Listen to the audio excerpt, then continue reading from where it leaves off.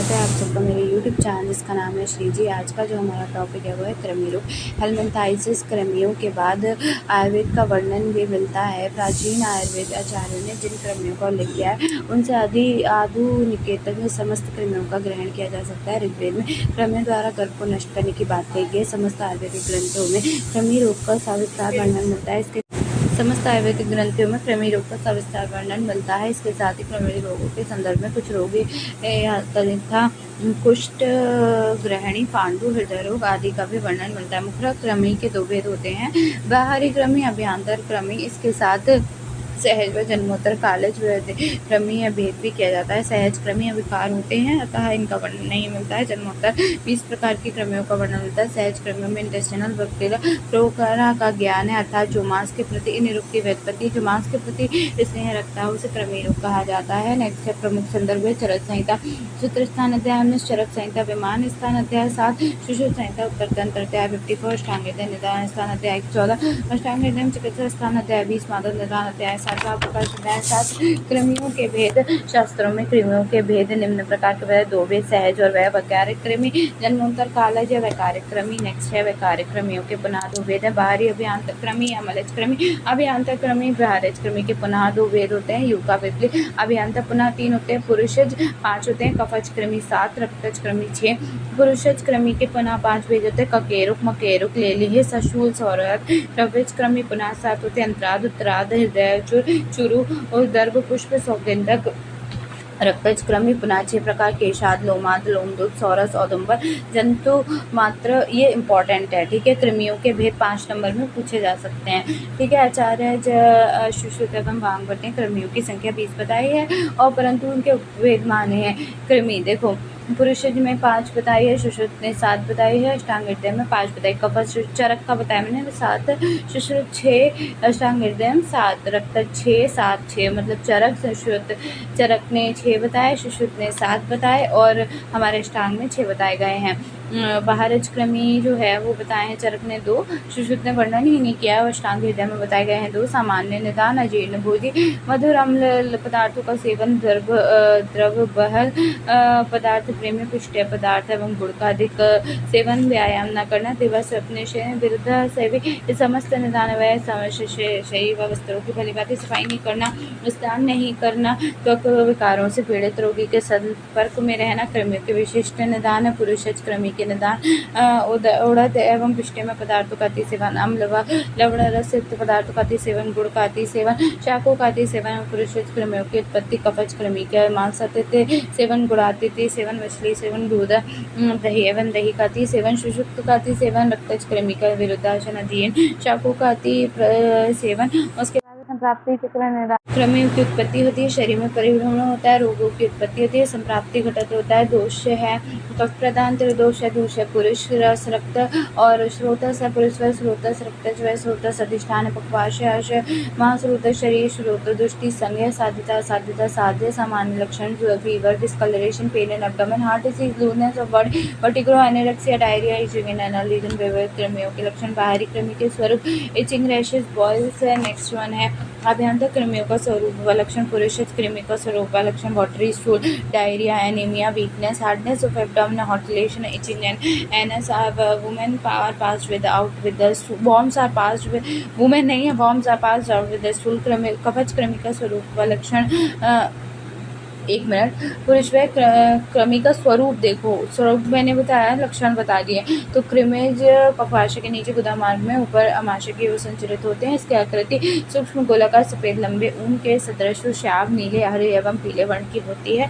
कवच कृमि स्थान अमाशय होता है, आकृति लंबे पीते के समान, प्रधु एवं गंडु सदृश तथा रक्ताभ होती है। कुछ कवच कृमि दीर्घ व पतले श्वेत ताम्र वर्ण के भी होते हैं। Nausea, excessive salivation, anorexia, indigestion, fever, fainting, yawning, sneezing, body ache, vomiting, flauntus, investigation, dryness, रक्तज कृमि वाहिनी शिराओं में रक्तज कृमि रक्तवाहिनी शिराओं में होते हैं तथा अति सूक्ष्म गोल व पादवाहिनी होते हैं। ये सदृश्य होते हैं, अदृश्य होते हैं और सूक्ष्म दृष्टि द्वारा देखे जा सकते हैं, मतलब माइक्रोस्कोप के द्वारा।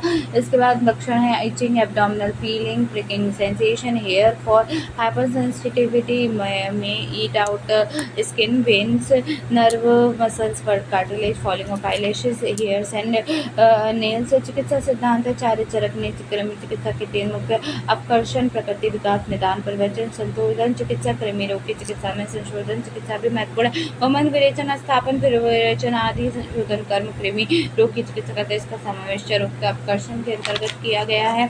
अपकर्षण इम्पोर्टेंट पूछा जा सकता है, 2 नंबर के क्वेश्चन में पूछा जा सकता है। अपकर्षण से तात्पर्य खींचकर बाहर निकालने, कृमियों को यंत्र के हाथ से खींचकर पकड़कर बाहर निकालते हैं। स्वस्थ आवश्यक अमाशय पक्वाशय स्थित कृमियों की बाहर निकालने के लिए संशोधन चिकित्सा की सहायता ली जाती है। इसमें शिरोविरेचन के द्वारा शिरोस्थ कृमियों को, वमन द्वारा अमाशय कृमियों को तथा पक्वाशय स्थित कृमियों को विरेचन व्यवस्था के द्वारा बाहर निकाला जाता है। संशोधन विधि 7 दिन के बाद सेवन सेवन कराने के पश्चात कृमिवर्धक आहार का सेवन कराने के पश्चात वमन विरेचन व स्थापन का प्रयोग करना एक ही दिन में सेवन कराना चाहिए। प्रकृति विघात कृमियों के प्रकृति नाश करना प्रकृति विघात है। इसमें कृमियों की प्रकृति के विरुद्ध कटु, तिक्त, कषाय, क्षार एवं उष्ण द्रव्यों का प्रयोग कराकर कृमियों को नष्ट करा दिया जाता है। प्रकृति विघात के लिए मूषा करनी स्वरस के पीछे हुए रक्तशाली के आटे की रोटी बनाकर विडंग, तेल व नमक मिलाकर इसके साथ रोगी को खाने के लिए देनी चाहिए। तत्पश्चात खट्टी कांजी या मक्खन